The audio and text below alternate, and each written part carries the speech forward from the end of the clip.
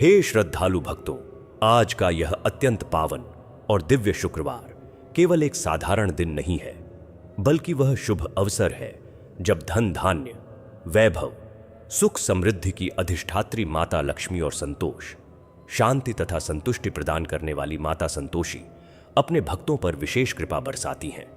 यह पावन दिवस उन सभी भक्तों के लिए अत्यंत महत्वपूर्ण माना जाता है जो अपने जीवन में आर्थिक संकट, मानसिक अशांति, पारिवारिक कलह और अभावों से मुक्ति पाना चाहते हैं। मान्यता है कि शुक्रवार के दिन श्रद्धा और विश्वास के साथ मां लक्ष्मी और संतोषी माता का व्रत एवं कथा श्रवण करने से जीवन के सभी कष्ट धीरे धीरे समाप्त होने लगते हैं।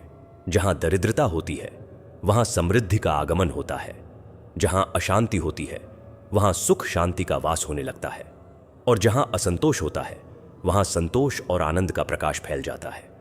प्रिय भक्तों, क्या आपने कभी महसूस किया है कि मेहनत करने के बाद भी धन नहीं टिकता? क्या घर में बार बार कलह या चिंता बनी रहती है? क्या मन में हमेशा कोई ना कोई अशांति बनी रहती है? यदि हां, तो यह पावन शुक्रवार आपके जीवन में परिवर्तन का संकेत लेकर आया है। जब कोई भक्त सच्चे मन से माता लक्ष्मी का स्मरण करता है तो उसके जीवन में धन, वैभव और सौभाग्य का प्रवेश होता है, और जब वह माता संतोषी की भक्ति करता है तो उसके जीवन में संतोष, शांति और मानसिक स्थिरता का वास होने लगता है। दोनों माताओं की संयुक्त कृपा से जीवन में न केवल धन प्राप्त होता है, बल्कि उस धन का सही उपयोग, संतोष और सुख भी प्राप्त होता है। यही सच्ची समृद्धि है। हे भक्तगण, आज का यह व्रत और कथा केवल सुनने के लिए नहीं है, बल्कि अपने जीवन में उतारने के लिए है।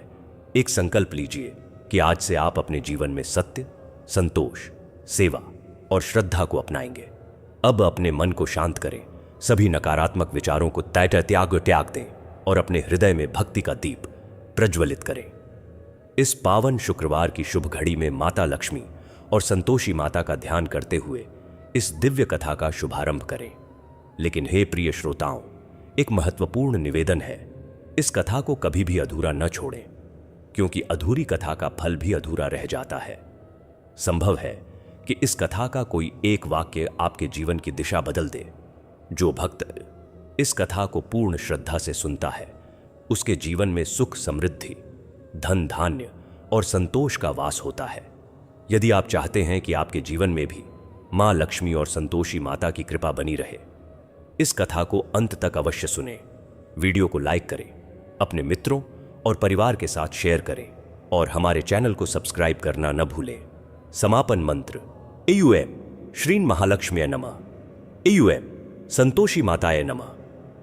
गीता का जन्म एक छोटे से गांव बम्हौरी में हुआ था। उसके पिता एक छोटे किसान थे, मां गृहिणी।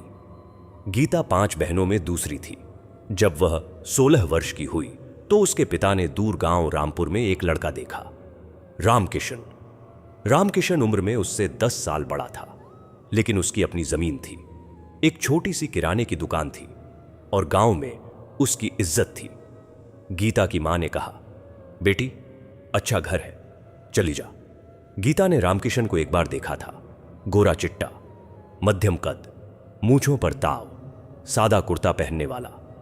वह ज्यादा नहीं बोलता था, लेकिन जो बोलता था दिल से बोलता था। गीता को वह अच्छा लगा। शादी धूमधाम से हुई। गीता रामपुर आई।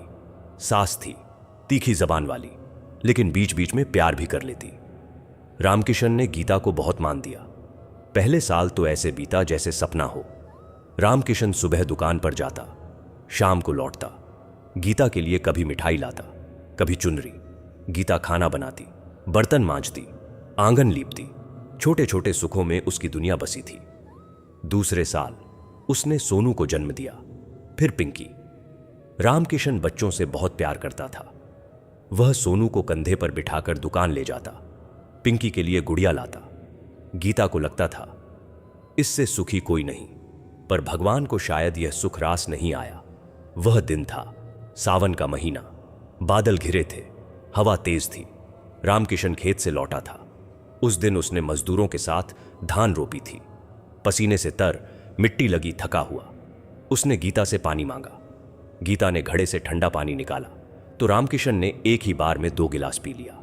गीता ने कहा, इतना ठंडा पानी मत पी, सर्दी लग जाएगी, तबीयत खराब होगी। रामकिशन हंसा। तू मेरी मां बन गई है? मैं किसान हूं, मुझे कुछ नहीं होता।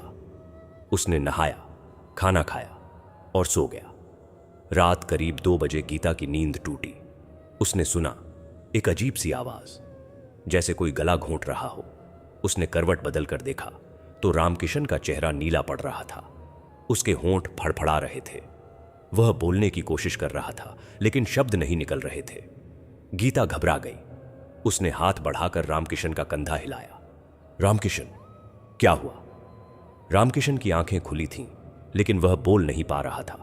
उसने अपने बाएं हाथ को उठाने की कोशिश की। हाथ नहीं उठा। टांग हिलानी चाहिए, टांग नहीं हिली। उसकी आंखों में आतंक था। गीता ने मोमबत्ती जलाई। रामकिशन का बायां पूरा हिस्सा ढीला पड़ा था, मानो शरीर का आधा हिस्सा सो गया हो। मुंह का एक कोना लटक गया था। लार टपक रही थी। गीता चीखी, अम्मा, अम्मा, उठो। सास दौड़ती हुई आई। एक नजर देखा और वहीं बैठ गई। हाय हाय, मेरा बेटा। गीता ने पड़ोसियों को आवाज लगाई। गांव का एक बुजुर्ग आया। उसने कहा, यह तो लकवा है, तुरंत अस्पताल ले जाओ। पर रात थी, बारिश हो रही थी, गांव में कोई गाड़ी नहीं थी। गीता ने रामकिशन को गोद में उठाने की कोशिश की, लेकिन वह भारी था। 4 लोगों ने मिलकर उसे एक चारपाई पर रखा और बारिश में भीगते हुए पैदल सरकारी अस्पताल ले गए। रास्ता 3 किलोमीटर था। गीता नंगे पांव दौड़ती रही। पैरों में कांटे चुभे, खून निकला, उसे पता नहीं चला। अस्पताल पहुंचे तो डॉक्टर ने देखा और कहा, ब्रेन हैमरेज हुआ है, यहां इलाज नहीं है। गीता ने जब शहर के बड़े अस्पताल का दरवाजा खोला तो उसे लगा जैसे किसी मंदिर में प्रवेश कर रही हो। सफेद दीवारें, सफेद कोट, सफेद चेहरे, हर तरफ भागते हुए लोग, स्ट्रेचर पर कराहते मरीज। किसी के रिश्तेदार रो रहे थे तो किसी के फोन पर कर्ज मांग रहे थे। गीता के हाथ में एक पुराना लिफाफा था जिसमें रामकिशन के पिछले 2 साल के मेडिकल रिपोर्ट्स थे। वह लिफाफा फट रहा था, किनारे मुड़ चुके थे, ठीक उसी तरह जैसे गीता का धैर्य। उसने ओपीडी के बाहर लाइन लगाई। 3 घंटे बाद उसकी बारी आई। डॉक्टर युवा थे, चश्मे वाले, हाथ में स्टेथोस्कोप लटकाए। उन्होंने बिना सिर उठाए पूछा, नाम? रामकिशन। उम्र? 45। क्या हुआ? गीता ने पूरी बता दी। लकवा, 2 साल, बिस्तर पर, बाईं तरफ पूरी तरह से जड़, बोलने में दिक्कत, निगलने में दिक्कत, बेडसोर हो गए हैं। कभी पेशाब पर कंट्रोल नहीं, कभी बुखार आ जाता है बिना वजह। डॉक्टर ने रिपोर्ट्स उठाई। उन्होंने एक एक करके पन्ने पलटे। उनके चेहरे का भाव बदला। पहले तटस्थता थी, फिर थोड़ी गंभीरता, फिर हल्की झुंझलाहट, और अंत में वही बात जो गीता पिछले 20 महीनों से सुनती आ रही थी, किताए। डॉक्टर ने कहा, मैडम, पहले 3 महीने के अंदर अगर फिजियोथेरेपी और सही दवाएं मिल जाती तो कुछ सुधार हो सकता था, लेकिन अब देर हो चुकी है। मांसपेशियों का न्यूरोमस्कुलर कनेक्शन टूट चुका है। 2 साल तक बिना मूवमेंट के रहने के बाद अब कुछ नहीं हो सकता। गीता ने पूछा, कुछ भी नहीं? डॉक्टर ने सिर हिलाया। हम हाथ खड़े कर देते हैं। यह वाक्य गीता के सीने में तीर की तरह चुभा। उसने सोचा, तुम हाथ खड़े कर सकते हो, मैं तो नहीं कर सकती। तुम्हारे पास और मरीज हैं, मेरे पास सिर्फ एक है। डॉक्टर ने कुछ दवाइयां लिख दी, दर्द के लिए, मांसपेशियों की ऐंठन के लिए, और एक सर्टिफिकेट पर हस्ताक्षर कर दिए, पूर्ण विकलांग। गीता उस कागज को लेकर बाहर आई। उसे लगा मानो किसी ने रामकिशन के जीवन पर फैसला सुना दिया हो। अस्पताल से बाहर निकलते ही गीता की नजर एक मेडिकल स्टोर पर पड़ी। दवाइयों का बिल था 3,500 रुपए। उसने अपनी जेब टटोली। पास में कुल मिलाकर 400 रुपए थे। वह दुकान के बाहर खड़ी रह गई। उसने सोचा, घर जाऊंगी तो कैसे बताऊंगी रामकिशन को कि दवा तो है लेकिन ला नहीं सकती। वह दवा नहीं ले पाई, खाली हाथ लौटी। यह घटना पिछले साल की थी, लेकिन जब गीता आज उसी अस्पताल के पास से गुजरी तो उसे वह दिन फिर से याद आ गया, क्योंकि उस दिन के बाद से घर का सारा पैसा खत्म हो गया था और फिर कर्ज शुरू हुआ। रामकिशन बीमार पड़ा। उस समय घर में 30,000 रुपए थे। गीता ने सोचा, चलो खर्च कर लेते हैं, वापस कमा लेंगे। लेकिन 30,000 तो महज 2 हफ्ते में खत्म हो गए। फिर गहने गिरवी रखे, उसकी मां के दिए सोने के कंगन, उसकी नाक की नथ, पायल, सब चले गए। फिर जमीन गिरवी रखी, 2 एकड़, जिस पर रामकिशन को इतना गर्व था। गांव के साहूकार लाला बृजमोहन ने कहा, ब्याज 18% सालाना। गीता को उस समय समझ नहीं आया था कि 18% का मतलब क्या होता है। अब समझ आता है। हर महीने ब्याज चुकाने में ही पूरा दम निकल जाता है। मूलधन तो जैसे बढ़ता ही जाता है। पिछले 2 साल में गीता ने 3 डॉक्टर बदले। पहले डॉक्टर ने कहा 15 दिन में चलने लगेंगे। रामकिशन नहीं चला। दूसरे डॉक्टर ने कहा 3 महीने में हाथ हिलने लगेगा। हाथ नहीं हिला। तीसरे डॉक्टर, जो सबसे महंगा था, ने कहा था ऑपरेशन करना पड़ेगा, मगर 85,000 लगेंगे। गीता उस समय रोई थी। खुशी के आंसू थे कि कोई इलाज तो है, लेकिन 85,000 कहां से लाती। उसने सोचा कर्ज ले लूंगी, लेकिन कौन देता। पहले ही 3 साहूकारों से कर्ज था। नया कर्ज देने वाला कोई नहीं था। पिछले 6 महीने से गीता ने इलाज पूरी तरह बंद कर दिया था। न कोई नया डॉक्टर, न कोई नई दवा, सिर्फ वही पुरानी दवाएं जो आधी अधूरी मिल जाती। कभी पड़ोसन के पति की दवा बच जाती तो ले आती, कभी सरकारी अस्पताल में लाइन लगाती तो कोई दवा मिल जाती। एक दिन रामकिशन को तेज बुखार आया। गीता ने उसे ठंडे पानी की पट्टी रखी। 3 दिन तक बुखार नहीं उतरा। चौथे दिन गीता ने फिर सोचा डॉक्टर को दिखाना पड़ेगा, लेकिन पास में 500 रुपए भी नहीं थे। उसने सास से पूछा, अम्मा पास में कुछ है? सास ने कहा, मेरे पास तो कुछ नहीं, तूने तो सब खत्म कर दिया। मेरे बेटे को बचा न सकी, अब मुझे भी मरवा देगी। गीता कुछ नहीं बोली। वह रामकिशन के पास आई। उसका बुखार 104 था। गीता ने उसकी आंखों में देखा। वह आंखें अब पहले जैसी नहीं थीं। पहले उनमें शिकायत थी, अब सिर्फ खालीपन था। गीता ने मन ही मन कहा, तेरे लिए मैंने सब खो दिया, अब मैं तुझे नहीं खो सकती। वह रात 10 बजे पैदल चलकर गांव के सरकारी अस्पताल पहुंची। वहां डॉक्टर नहीं था, केवल एक नर्स थी, जिसने कहा सुबह आना। गीता ने कहा रात भर इंतजार करूंगी। वह अस्पताल के बरामदे में बैठ गई। बारिश हो रही थी। उसके पास न छाता था न कंबल। वह ठंड से कांपती रही, लेकिन घर नहीं लौटी। सुबह डॉक्टर आया, एक युवा लड़का, जिसने सिर्फ पैरासिटामोल की 2 गोलियां दी और कहा घर पर आराम कराएं। गीता वह 2 गोलियां लेकर लौटी। रास्ते में उसने सोचा, इस बीमारी का कोई इलाज नहीं है क्या? क्या सच में डॉक्टरों ने हाथ खड़े कर दिए? क्या भगवान ने भी हाथ खड़े कर दिए हैं? घर पहुंचकर उसने रामकिशन को दवा दी। फिर वह रसोई में गई। चूल्हे के पास एक पुराना बक्सा पड़ा था, जिसमें उसने रामकिशन की तनख्वाह की पुरानी स्लिप रखी थी, उसकी शादी की फोटो, बच्चों के स्कूल के मार्कशीट। उस बक्से में एक छोटा सा लिफाफा भी था, जिसमें पिछले 2 साल के सभी डॉक्टरों के बिल थे। गीता ने उन्हें एक एक करके देखा।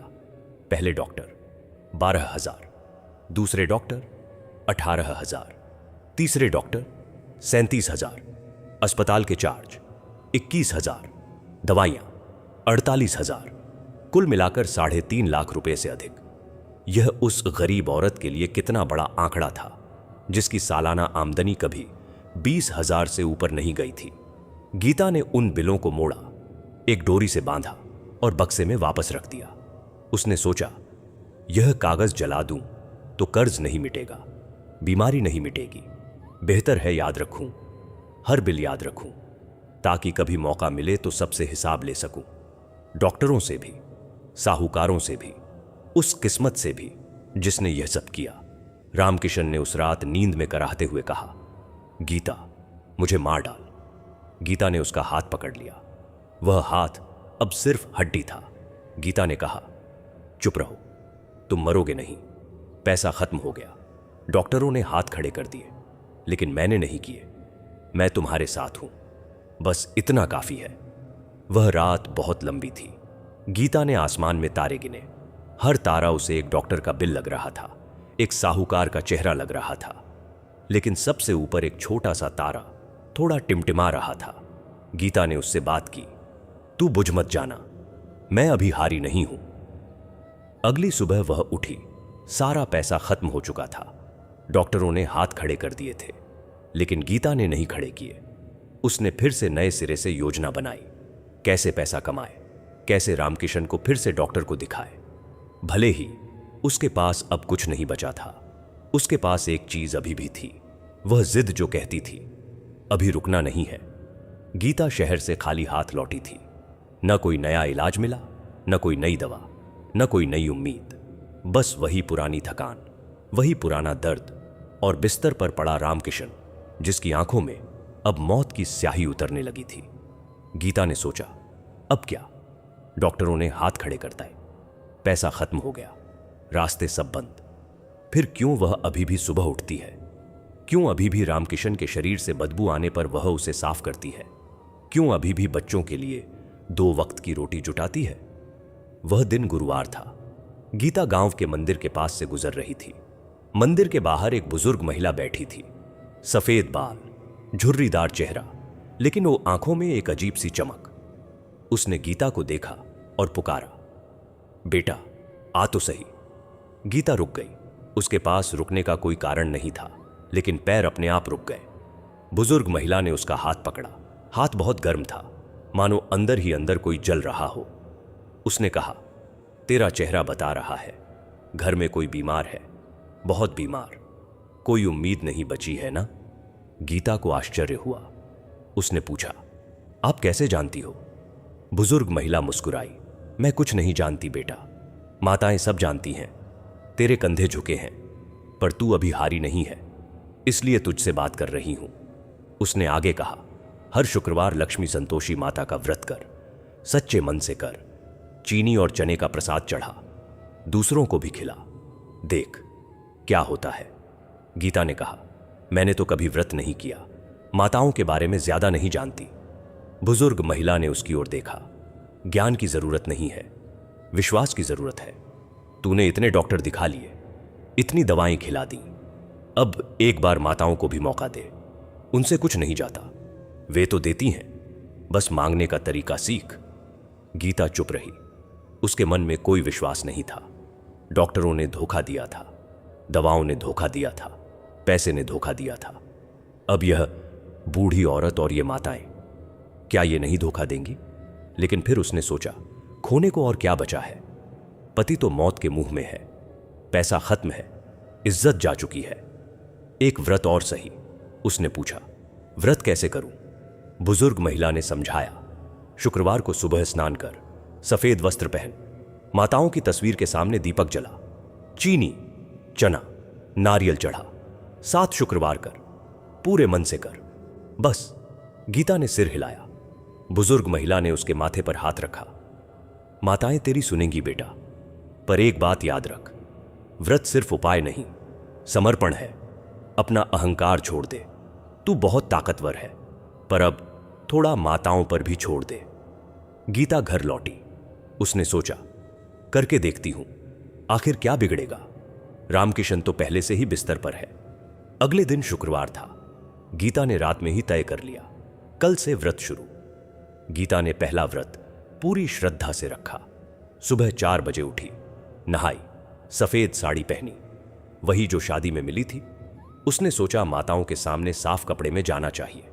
घर में कहीं से एक पुरानी तस्वीर मिली, लक्ष्मी माता और संतोषी माता की। रंग उड़ चुके थे, किनारे फटे थे, लेकिन गीता ने उसे दीवार पर टांग दिया। उसने चीनी, चने और नारियल का प्रसाद रखा, एक मिट्टी का दीपक जलाया, आंखें बंद करके बोली, माताओं मेरे रामकिशन को ठीक कर दो, बस यही एक मांग है। पूरा दिन भूखी प्यासी रही। शाम को फिर पूजा की, प्रसाद बांटा, गांव के 2 गरीब बच्चों को। रात को रामकिशन के पास गई। उसने उसकी उंगलियां दबाईं, वही सुन्न हाथ, वही जड़ शरीर, कुछ नहीं बदला था। गीता ने सोचा, पहला शुक्रवार है, धीरज रखो। दूसरा शुक्रवार आया। इस बार गीता ने थोड़ा और विधि से किया। उसने पड़ोसन से पूजा का तरीका पूछा था। पड़ोसन ने कहा, मीठा बोलना, किसी से बैर नहीं करना, 7 शुक्रवार लगातार करना। गीता ने वैसा ही किया। उसने माताओं से फिर प्रार्थना की, इस बार थोड़ा जोर से, थोड़ी नमी आंखों में। दिन भर उपवास रखा। शाम को प्रसाद बांटा। रात को रामकिशन के पास गई। उसने पति का हाथ उठाया, वही भारी हाथ, बिना हिले गिर पड़ा। गीता ने आहिस्ता से उसे वापस रख दिया। मन में एक छोटा सा कीड़ा कौंधा, शायद कुछ नहीं होगा। तीसरा शुक्रवार, गीता की श्रद्धा में पहली बार दरार आई। सुबह उठी, लेकिन मन नहीं लगा। वैसे ही नहाई, वैसे ही पूजा की, लेकिन आंखें बार बार रामकिशन की ओर जा रही थीं। वह वैसा ही पड़ा था, उसी करवट, उसी मूक पीड़ा के साथ। गीता ने माताओं से कहा, 3 हफ्ते हो गए, 3 शुक्रवार, मेरा पेट जल गया भूख से, मेरा सिर चकराता है, और वह वैसा ही है। क्या तुम सच में हो? क्या तुम सुनती हो? उसने प्रसाद तो बांटा, लेकिन बिना मन के। शाम को रामकिशन के पास बैठी तो उसने पाया उसकी टांगों पर एक नया बेड सोर हो गया था। मवाद निकल रहा था। गीता को गुस्सा आया। किस पर? माताओं पर, खुद पर, उस किस्मत पर जो बार बार उसे मार रही थी। उसने रामकिशन का घाव साफ किया, पट्टी बांधी, रात को खाना नहीं खाया, व्रत तोड़ा था, लेकिन भूख नहीं लगी। उसने सोचा, 3 शुक्रवार हो गए, कुछ नहीं बदला। रामकिशन वैसा ही है, पैसे वैसे ही खत्म है, सास वैसी ही ताने मारती है, बच्चे वैसे ही भूखे सोते हैं। क्या यह सब बेकार है? क्या वह बेवकूफ बन रही है? उसने उस बुजुर्ग महिला के बारे में सोचा। क्या वह भी झूठ बोल रही थी? क्या माताएं सिर्फ कहानियों में होती हैं? लेकिन फिर उसने सोचा, 3 हफ्ते ही तो हुए हैं। बुजुर्ग महिला ने कहा था, धीरज रख, माताएं देर से आती हैं, लेकिन खाली हाथ नहीं आती। गीता ने फैसला किया, 4था शुक्रवार भी करूंगी। अगर इस बार भी कुछ नहीं बदला तो फिर कभी व्रत नहीं करूंगी। लेकिन अभी एक बार और, बस एक बार और। 4था शुक्रवार आया। गीता पिछले 3 दिनों से तैयारी कर रही थी। उसने सोचा, अगर करना है तो पूरे मन से करूंगी। अधूरे मन से तो पत्थर भी नहीं पिघलते, माताएं कैसे पिघलेंगी? उसने सुबह 3 बजे उठकर स्नान किया। पानी ठंडा था, लेकिन उसे महसूस नहीं हुआ। उसने वही सफेद साड़ी पहनी जिसे उसने इस्त्री करके रखा था। घर को झाड़ बुहार कर साफ किया, आंगन में गोबर से लीपा, दीवार पर माताओं की तस्वीर के आसपास गेरू से फूल बनाए। उसने पड़ोसन से थोड़ा सा केसर मांगा तिलक लगाने के लिए। पास के किराने से ताजा नारियल लाया, चीनी और चने भी नए लिए। पूजा की थाली सजाई। एक थाली में रोली, चावल, फूल, दीपक, अगरबत्ती। दूसरी थाली में प्रसाद, चीनी, चना, नारियल और 2 पकवान जो उसने खुद बनाए, सूजी का हलवा और पूरी। बच्चों को स्कूल भेजने के बाद वह पूजा में बैठ गई। उसने सबसे पहले लक्ष्मी माता का ध्यान किया, जो घर में सुख समृद्धि लाती हैं। फिर संतोषी माता का, जो संकटों में संतोष देती हैं। दीपक जलाया, अगरबत्ती जलाई, माताओं को तिलक लगाया, फूल चढ़ाए, प्रसाद रखा, और फिर गीता के आंसू फूट पड़े। पहले तो वह रुक रुक कर रोई, फिर जोर जोर से। 2 साल का दर्द, 2 साल की थकान, 2 साल का अपमान, 2 साल की भूख, 2 साल की नींदहीन रातें, सब कुछ उसके आंसुओं के साथ बह निकला। उसने माताओं से कहा, मैंने आपको नहीं जाना, मैंने सिर्फ डॉक्टरों को जाना, दवाओं को जाना, पैसों को जाना, किसी ने मेरा नहीं किया। अब आप ही मेरी एकमात्र आस हो। वह फर्श पर गिर पड़ी, माथा जमीन पर रखा। उसने कहा, रामकिशन को ठीक कर दो, मैं उसके बिना जी सकती हूं, लेकिन वह इस तरह मरते हुए नहीं देख सकती। उसकी आंखों में मौत देख देख कर मैं पागल हो गई हूं। माताओं, तुम मां हो, मुझे बता दो कोई रास्ता, मैं अकेली हूं। सास ताने देती है, गांव हंसता है, डॉक्टरों ने हाथ खड़े कर दिए, बस तुम हो, सिर्फ तुम। उसने अपने बाल नोच लिए, रोते रोते उसका गला बैठ गया।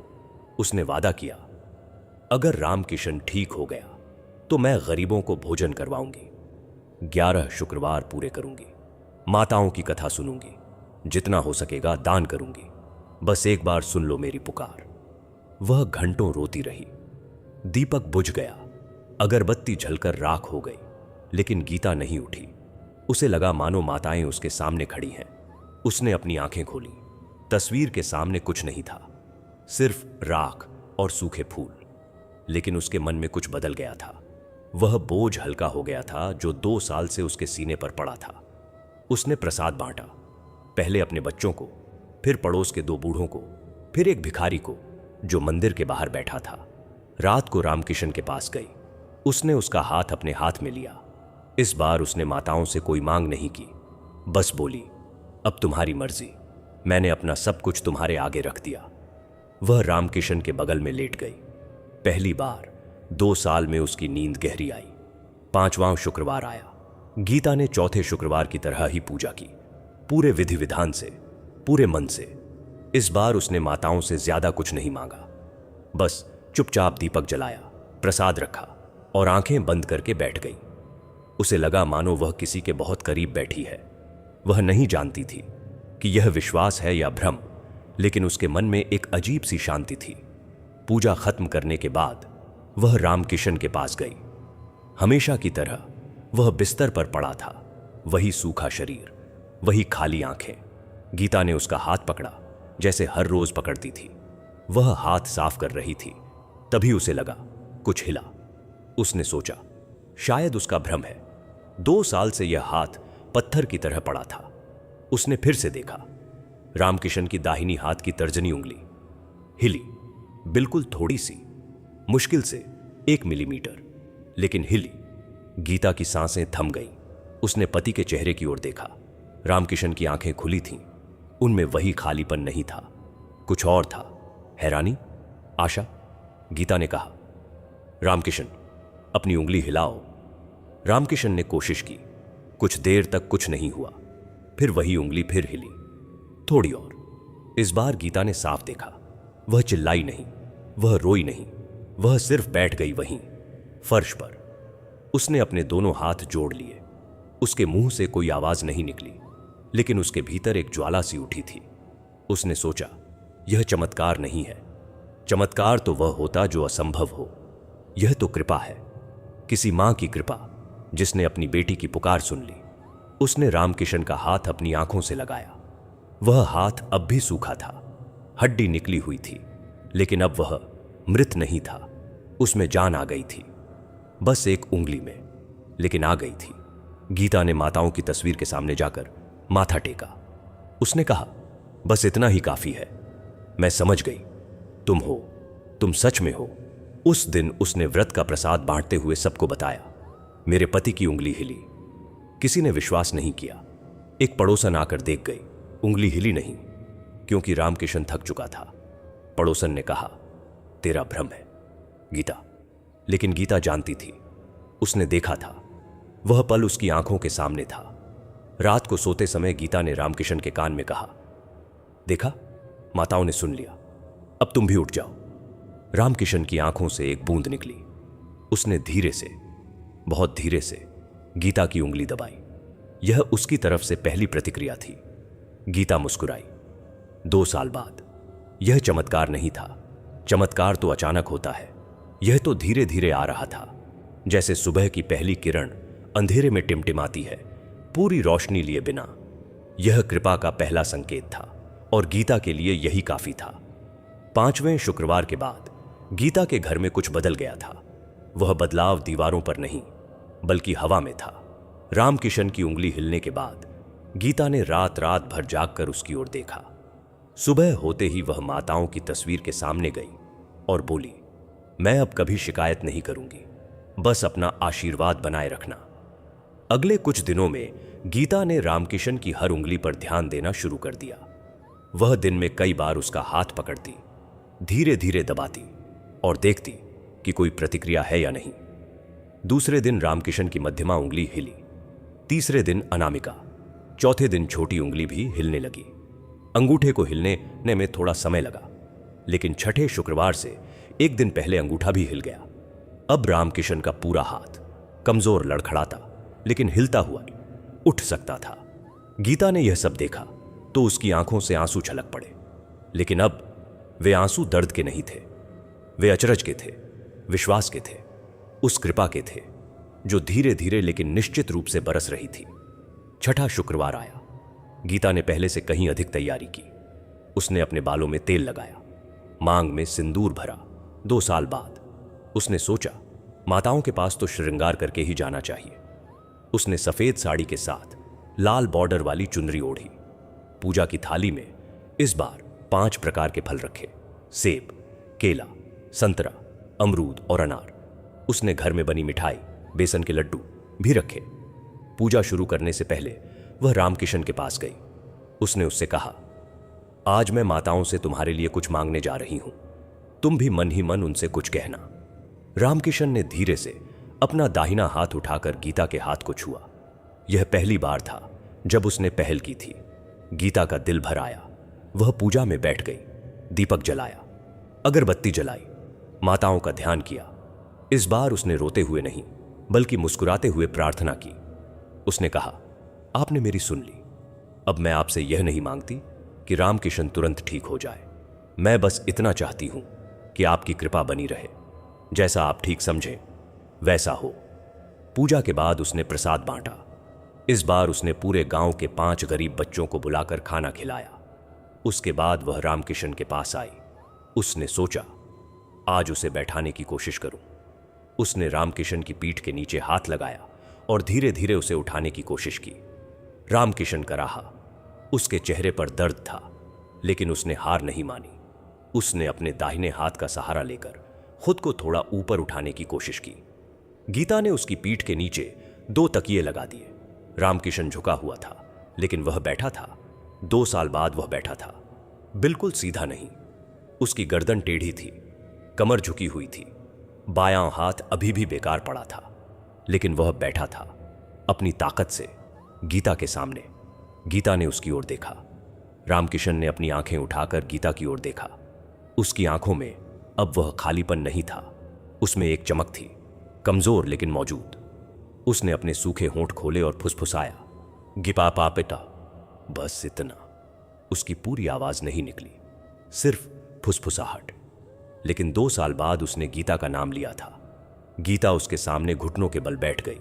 उसने रामकिशन का चेहरा अपने हाथों में लिया और बोली, हां, मैं हूं, मैं यहां हूं। तुम बैठ गए, देखा, मैंने कहा था ना, हार नहीं मानूंगी। उस रात गीता ने रामकिशन को खाना खिलाया। वह बैठा हुआ था। खाना निगलने में अभी भी दिक्कत हो रही थी, लेकिन वह बैठा हुआ था। गीता के विश्वास की जड़ें अब और गहरी हो गई थीं। पहले वह सिर्फ उम्मीद करती थी, अब वह जानती थी माताएं हैं और वे उसके साथ हैं। उसने सोचा, 6ठे शुक्रवार तक पति बैठ गया, अब 7वें शुक्रवार तक क्या होगा। उसके मन में कोई जल्दबाजी नहीं थी। उसे भरोसा था, जो होना है सही समय पर होगा। उसने माताओं की तस्वीर के सामने एक छोटा सा दीपक जलाया और कहा, बस यूं ही साथ रहना, बस यूं ही। 7वां शुक्रवार आते आते गीता के घर में एक अलग ही ऊर्जा थी। रामकिशन अब रोज थोड़ी देर बैठ पाता था, पहले 5 मिनट, फिर 10, फिर आधा घंटा। उसकी पीठ की मांसपेशियों में थोड़ी ताकत आ गई थी। गीता उसे रोज हाथों से खड़ा करने की कोशिश करती, लेकिन रामकिशन के पैरों में अभी भी कोई ताकत नहीं थी। वह बस हिल जाते, लेकिन शरीर का वजन सहन नहीं कर पाते। गीता ने पिछले शुक्रवार को माताओं से प्रार्थना की थी, अब पैरों में ताकत दो, बस एक कदम, एक ही कदम चाहिए। 7वें शुक्रवार की सुबह गीता ने पहले से कहीं अधिक तैयारी की। उसने पूरे घर की सफाई की, आंगन में रंगोली बनाई, माताओं की तस्वीर के सामने फूलों की माला चढ़ाई। उसने इस बार 11 प्रकार के प्रसाद बनाए, चीला, पूरी, हलवा, लड्डू, बर्फी, खीर, मठरी, नमकीन, चने, फल और मिठाई। गांव के किसी घर में इतनी बड़ी पूजा कभी नहीं हुई थी। पूजा शुरू हुई। गीता ने लक्ष्मी संतोषी माता की कथा सुनी, जो उसने पिछले हफ्ते पड़ोसन से याद कर ली थी। कथा में बताया गया था कि कैसे संतोषी माता अपने भक्तों की हर पीड़ा हर लेती हैं, बस सच्चा मन चाहिए। गीता ने कथा सुनते सुनते फिर आंसू बहाए, लेकिन अब ये आंसू कृतज्ञता के थे। उसने माताओं से कहा, आपने मुझे अकेला नहीं छोड़ा, मैं आपकी ऋणी रहूंगी जन्मों जन्मों तक। पूजा खत्म होने के बाद गीता ने प्रसाद बांटा। इस बार उसने सिर्फ गरीबों को ही नहीं, बल्कि गांव के हर उस व्यक्ति को बुलाया जिसने कभी उसका मजाक उड़ाया था, जिसने कभी कहा था, पति को छोड़कर भाग जा, क्या कर रही है। उन सबको उसने मीठा खिलाया, किसी से कोई बैर नहीं रखा। वही तो व्रत का नियम था। दोपहर बाद गीता रामकिशन के पास आई। उसने उससे कहा, आज 7वां शुक्रवार है, आज माताओं से कुछ बड़ा मांगा है मैंने, अब तुम्हें उठना होगा। रामकिशन ने उसकी ओर देखा। उसकी आंखों में डर था, लेकिन भरोसा भी था। गीता ने उसकी बांह अपने कंधे पर डाली। उसने अपने दोनों हाथों से रामकिशन की कमर पकड़ी, धीरे धीरे उसे बिस्तर से उठाया। रामकिशन के पैर फर्श पर लगे। वह कांप रहा था, उसका पूरा शरीर लड़खड़ा रहा था। गीता ने कहा, मैं हूं ना, गिरने नहीं दूंगी, अब एक कदम चल, बस एक। रामकिशन ने अपनी दाहिनी टांग उठाने की कोशिश की। टांग जमीन पर घिसटी, उठी नहीं, बस खिंच गई। उसने फिर कोशिश की।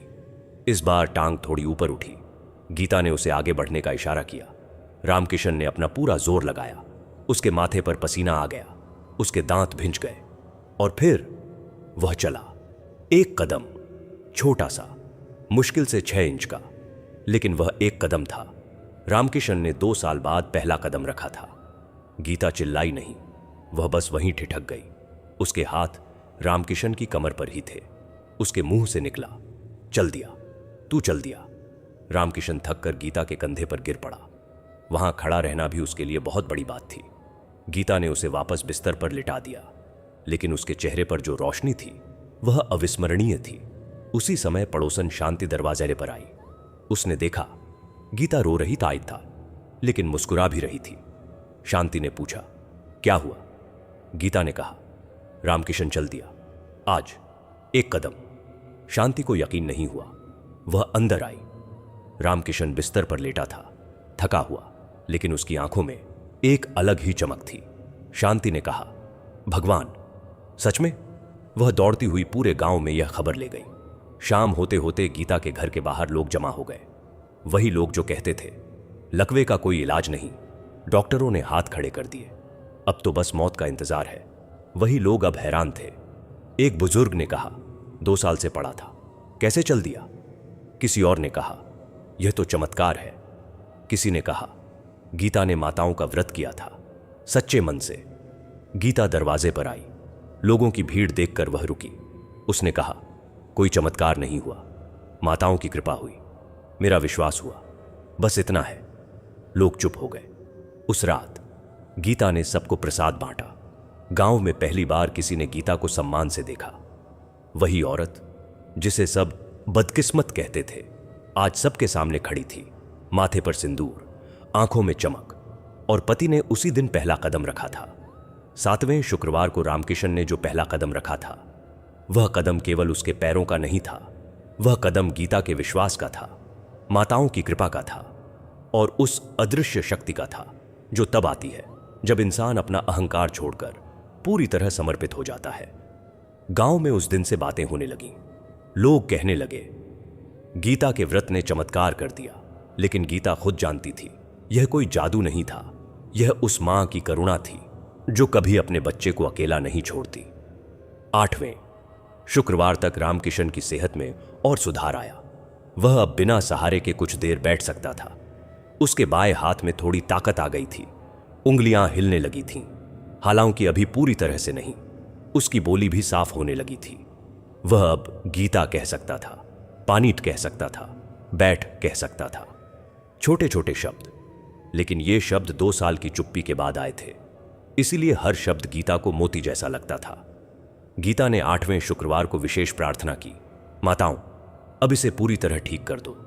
इसके पैरों में इतनी ताकत दे दो कि यह अपने पैरों पर खड़ा हो जाए, अपनी दुकान पर जाने लगे। यही इसकी लाइफलाइन है।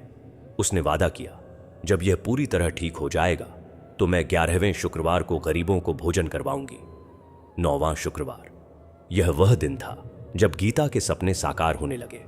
सुबह से ही गीता के मन में बेचैनी थी, आज कुछ बड़ा होने वाला है।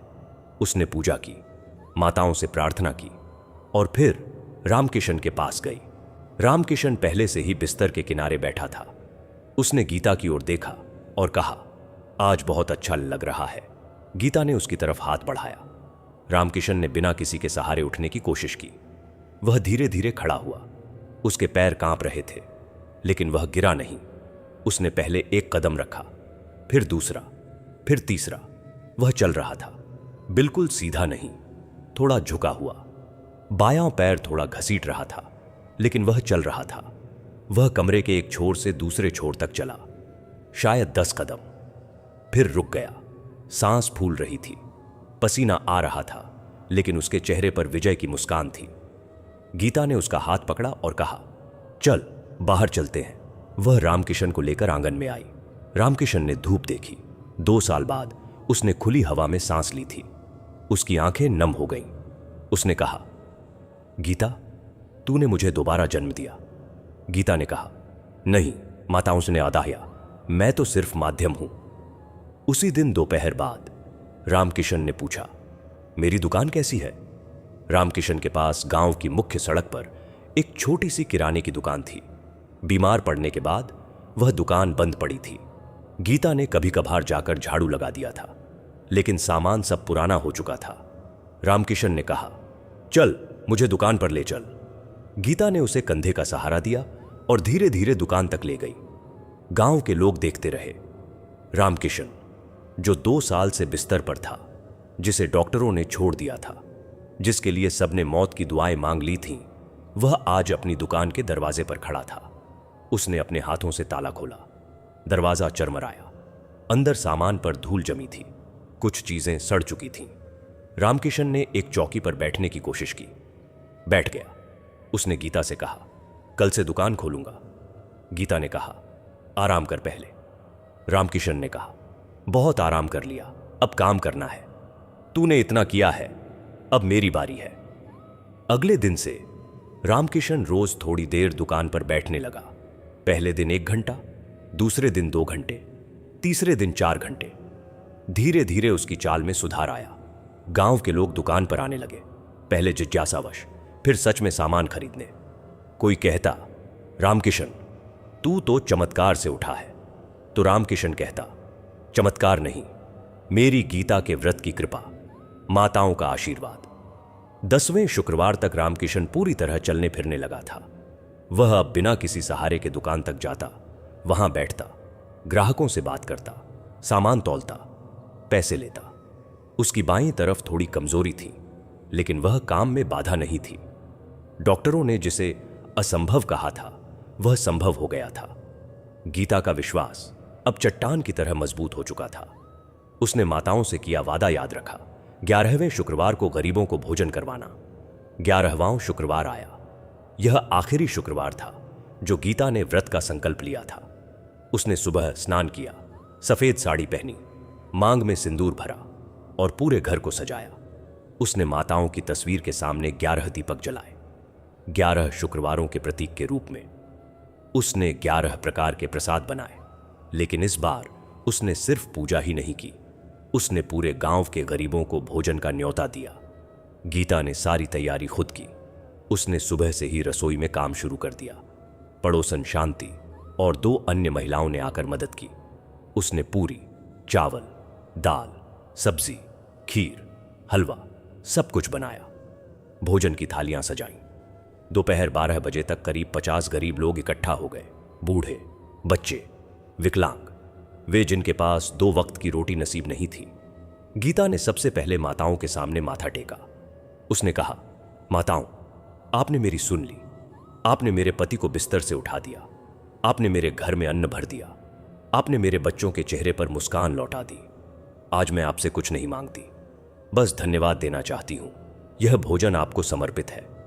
फिर वह उठी और खुद अपने हाथों से गरीबों को भोजन परोसने लगी। रामकिशन भी उसके साथ खड़ा था। वही रामकिशन जो 2 साल पहले लकवे से ग्रस्त होकर गिर पड़ा था, आज अपने पैरों पर खड़ा होकर दूसरों की सेवा कर रहा था। सोनू और पिंकी भी हाथ बटा रहे थे।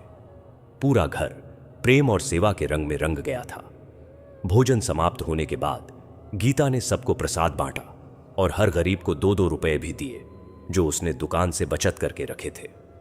लोगों ने आशीर्वाद दिया, बेटी तू सुखी रहे, तेरा घर हमेशा आबाद रहे। उस दिन शाम को जब सब चले गए, गीता अपने घर में अकेली बैठी। उसने चारों ओर देखा। वही घर, वही दीवारें, वही मिट्टी का चूल्हा, लेकिन सब कुछ बदल गया था। रामकिशन दुकान पर था, पैसे कमा रहा था। बच्चे स्कूल में थे, खुश थे। सास आज पहली बार आई और बोली, बेटा तूने मेरा बेटा बचा लिया, मैं तेरी कर्जदार हूं। गीता ने सास के पैर छू लिए। 2 साल बाद उसने अपने घर में शांति महसूस की। गीता ने माताओं की तस्वीर के सामने दीपक जलाया और बैठ गई। उसकी आंखें बंद थीं, लेकिन उसके मन में कोई प्रार्थना नहीं थी, केवल कृतज्ञता थी। उसे लगा मानो कोई उसके सिर पर हाथ रख रहा है। उसने आंखें खोलीं। कोई नहीं था, लेकिन उसके भीतर सब कुछ था। उस रात रामकिशन ने गीता से कहा, गीता, तूने मुझे सिखा दिया कि हार मानना सबसे बड़ी बीमारी है और विश्वास सबसे बड़ी दवा है। गीता ने कहा, मैंने कुछ नहीं सिखाया, माताओं ने सिखाया। उन्होंने मुझे यह सिखाया कि जब सब रास्ते बंद हो जाएं, तब भी एक रास्ता खुला होता है, विश्वास का रास्ता। सुमन अपने कमरे की खिड़की से बाहर देख रही थी। बाहर अमलतास के पेड़ पर पीले फूल खिले थे, बिल्कुल उसी तरह जैसे उसकी शादी के दिन खिले थे। 5 साल कितनी जल्दी बीत गए। उसे वह दिन याद था जब उसकी मां ने उसके हाथ में मेहंदी रची थी। मां ने कहा था, बेटा, अब तू किसी और के घर की लक्ष्मी बनकर जाएगी, अपने संस्कारों को कभी मत छोड़ना। सुमन उस समय महज 20 साल की थी। उसकी आंखों में डर था, उत्सुकता थी और थोड़ी सी उदासी भी। वह अपने पीहर को छोड़कर जा रही थी, वह घर जहां उसने पली बढ़ी थी, जहां उसके बचपन की सारी यादें बिखरी पड़ी थीं। उसके छोटे भाई ने उससे कहा था, दीदी, रोना मत, तुम तो लक्ष्मी हो, जहां जाओगी वहां सुख ही सुख होगा। शादी के दिन सुमन बहुत खूबसूरत लग रही थी। लाल बनारसी साड़ी, सिर पर सिंदूर की लकीर और आंखों में अश्रु की बूंदें। जब विदाई का समय आया तो उसकी मां फूट फूट कर रोई थी। पिता ने कुछ नहीं कहा, बस उसके सिर पर हाथ रख दिया, उसी हाथ ने जिसने उसे कभी गिरने नहीं दिया था। सुमन ने सोचा था कि अब सब कुछ बदल जाएगा, और बदला भी। पहले वह अपने पीहर में बेटी थी, लाडली, मनमौजी, जिसे सुबह देर से उठने की आदत थी, लेकिन ससुराल में उसे सबसे पहले उठना था। उसने कभी शिकायत नहीं की। उसने सीख लिया था कि रिश्तों में अपनेपन के लिए समय लगता है, ठीक उसी तरह जैसे बीज को अंकुरित होने में। पहले दिन ससुराल पहुंची तो उसकी सास ने उसे कड़ी नजरों से देखा। कोई गर्मजोशी नहीं थी, कोई गले नहीं लगाया, सिर्फ एक आदेश था, रसोई संभालना, सबकी जरूरतों का ध्यान रखना। सुमन ने सिर झुका दिया। उसे बुरा तो लगा, पर उसने मन ही मन कहा, यह भी मेरा घर है, मुझे ही इसे अपना बनाना है। उसने सबसे पहले वह काम किया जो उसकी मां ने सिखाया था, किसी से उम्मीद मत रख, बस देती रह। उसने सास के पैर छुए, ननद के लिए मिठाई बनाई, ससुर के लिए चाय हमेशा समय पर रखी। धीरे धीरे घर की रूखी हवाएं गर्म होने लगीं।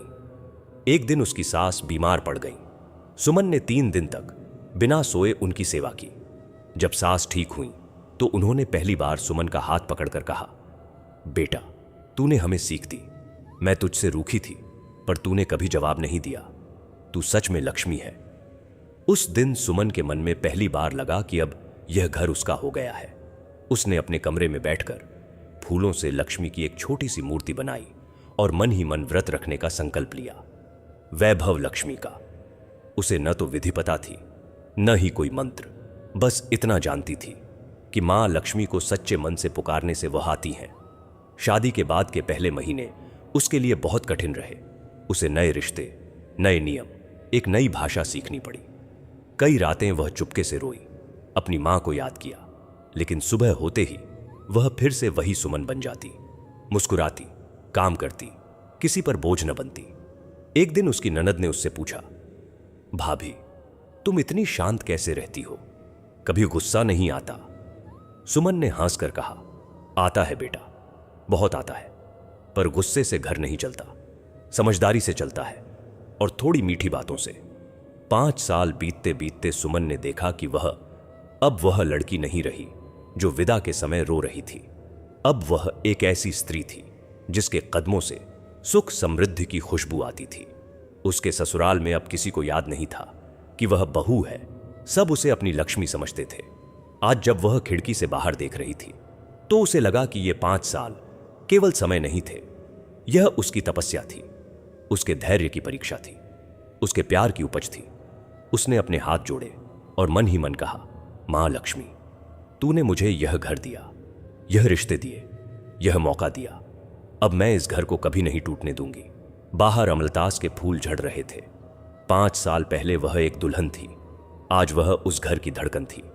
और यह सब उसने सिर्फ अपने संस्कारों से, अपनी आस्था से, अपने सच्चे मन से पाया था, बिना किसी दिखावे के, बिना किसी शिकवे के। 5 साल, बस इतना ही। पर इन 5 सालों में सुमन ने वह सीख लिया था जो कोई किताब नहीं सिखा सकती, कि स्त्री अकेले ही नहीं जाती कहीं, वह अपने साथ लक्ष्मी का वास लेकर जाती है, बस उसे पहचानने की देर होती है। सुमन के ससुराल में आए हुए अभी महज कुछ घंटे ही हुए थे। उसके सिर पर अभी भी शादी का सिंदूर सूखा नहीं था और हाथों की मेहंदी की खुशबू अभी उतरी नहीं थी। पूरा घर नींद में डूबा था, लेकिन सुमन जाग रही थी।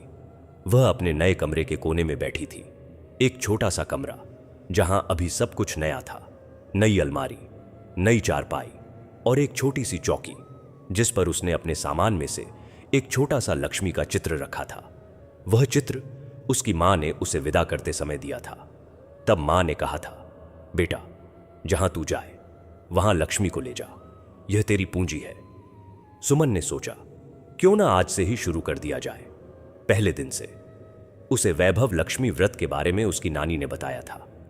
नानी कहती थीं, यह व्रत केवल उपवास नहीं है बेटा, यह संकल्प है कि तुम अपने घर से कंजूसी, नकारात्मकता और दरिद्रता को बाहर रखोगी। यह व्रत तुम्हारे मन को साफ रखना सिखाता है। सुमन ने उसी पल अपने मन में संकल्प ले लिया। उसने कहा, मां लक्ष्मी, आज से मैं हर शुक्रवार तुम्हारा व्रत रखूंगी। पास में मेरे पास कुछ भी नहीं है, न फूल, न अगरबत्ती, न ही कोई विधि की थाली, लेकिन मेरे पास मेरी आस्था है, मेरी मां का आशीर्वाद है और एक सच्चा मन है। यही मेरी पूजा होगी। उसने उठकर अपने बिस्तर से एक साफ चादर बिछाई, उस पर लक्ष्मी का वह छोटा सा चित्र रखा। फिर उसने रसोई से चुपके से एक छोटा सा दीपक और थोड़े से चावल लिए। कोई मंत्र नहीं आता था उसे। उसने बस अपनी मां की याद में जो मंत्र सीखा था वही दोहराया। AUM श्रीं ह्रीं श्रीं महालक्ष्म्यै नमः। उसने दीपक जलाया। उसकी छोटी सी लौ ने उस नए कमरे को उजाला दे दिया। उसे लगा जैसे कोई पुरानी सखी उसके पास बैठ गई हो।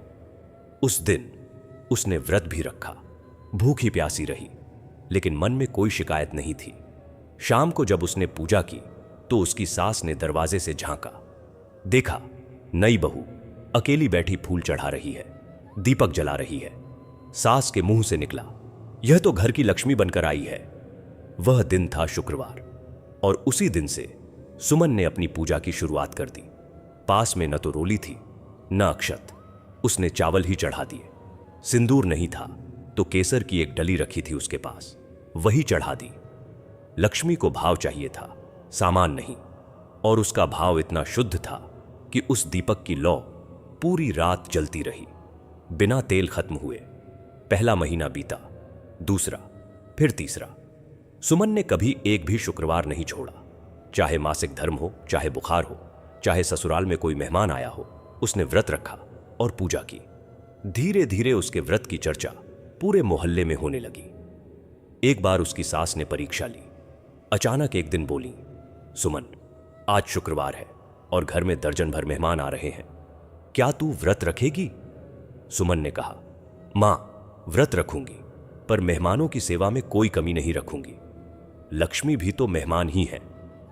उसने पूरा दिन रसोई में खड़े होकर खाना बनाया। पसीने से तरबतर हो गई, पर एक ग्रास भी अपने मुंह में नहीं लगाया। शाम को जब मेहमान चले गए तो सास ने उसकी थकी हुई सूरत देखी। उनकी आंखों में पानी आ गया। बोली, बेटा, तू सच में बहू नहीं, लक्ष्मी है। और फिर वह दिन आया जब सुमन के व्रत का प्रभाव घर में साफ दिखने लगा। पहले तो घर में जैसे ताजी हवा आई।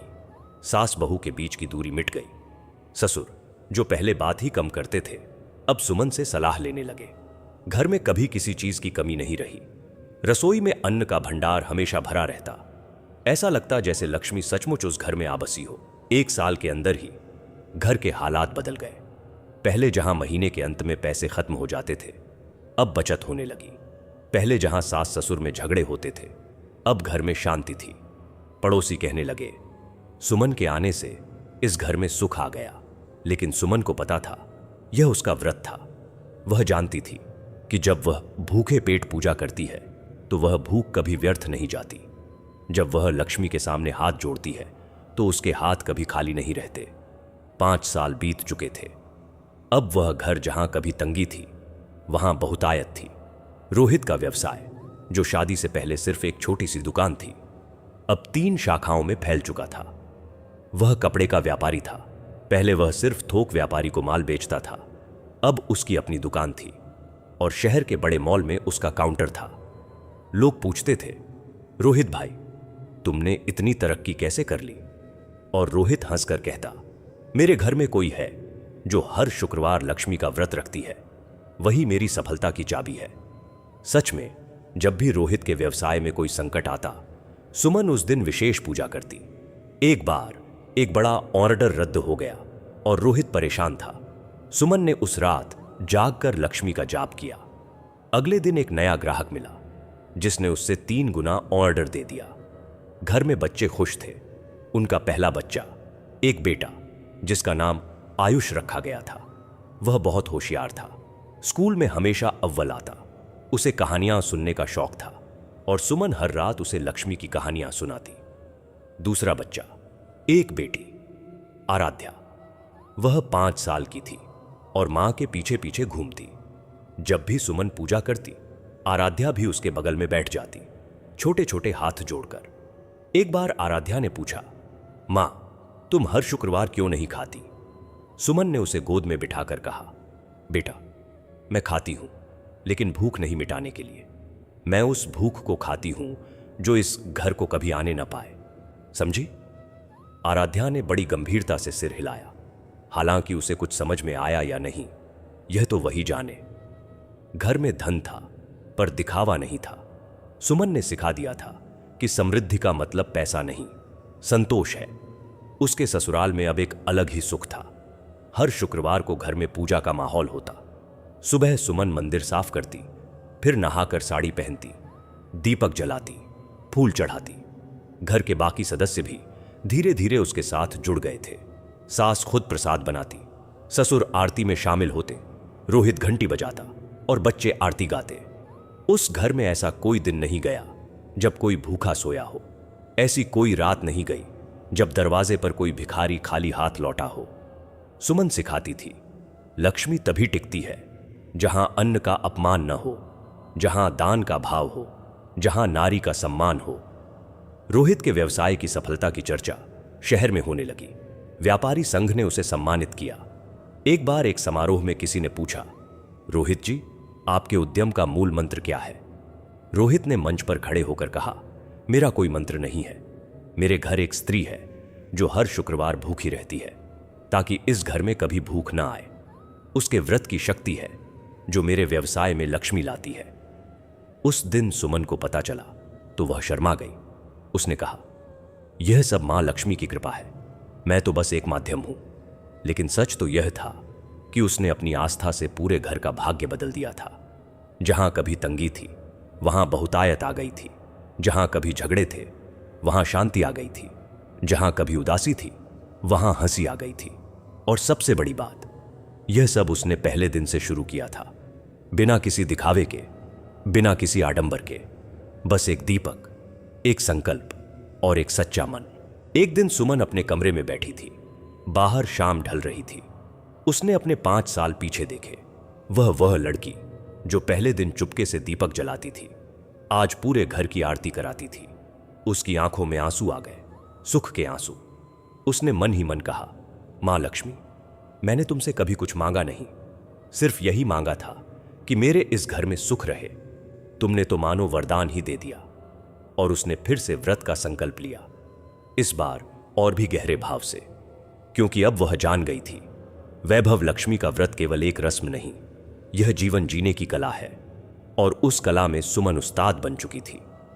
सुमन के व्रत की शक्ति अब सिर्फ उसके कमरे की 4 दीवारी में नहीं समाती थी, वह धीरे धीरे पूरे घर में फैल गई थी। बिल्कुल उसी तरह जैसे सुबह की धूप पहले एक कोने को छूती है, फिर सारे आंगन को रोशन कर देती है।